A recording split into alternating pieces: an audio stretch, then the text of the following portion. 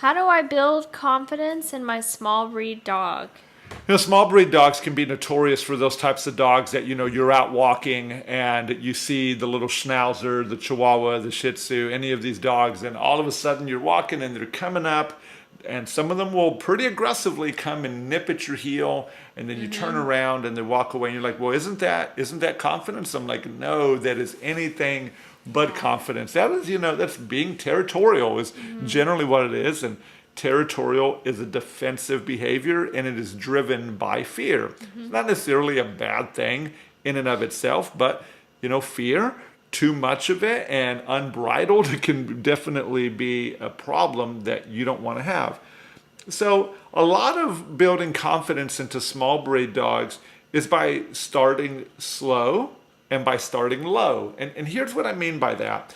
If you ever watch any of the videos that I do with the majority of our dogs, which we deal a lot with large breed dogs, is we're standing up at our full height, and the dogs, a lot of the large breed dogs, they're more than willing to jump on humans, crowd our space and do things like that. But a lot of small breed dogs, and also some large breed, but a lot of small breed dogs, when you stand up, they tend to run away from you because your body is exuding pressure and the dog is beginning to move away at that.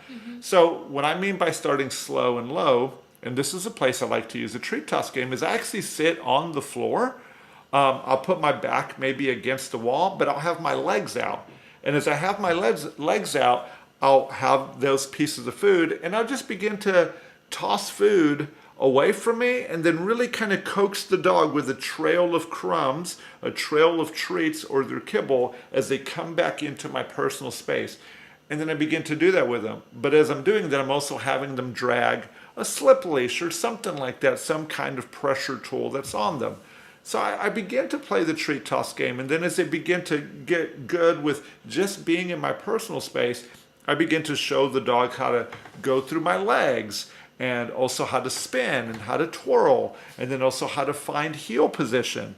And so I think that if you start really low to the ground, you start going slow, you use their daily meals, you can quickly begin to build confidence in these small breed dogs. One thing that I've learned over the years, and this is just a generalization, this might not apply to your small breed dog, but one thing that I've noticed small breed dogs is I don't do a lot of clicker training with small breed dogs because they tend to be more sensitive to the nose phobias.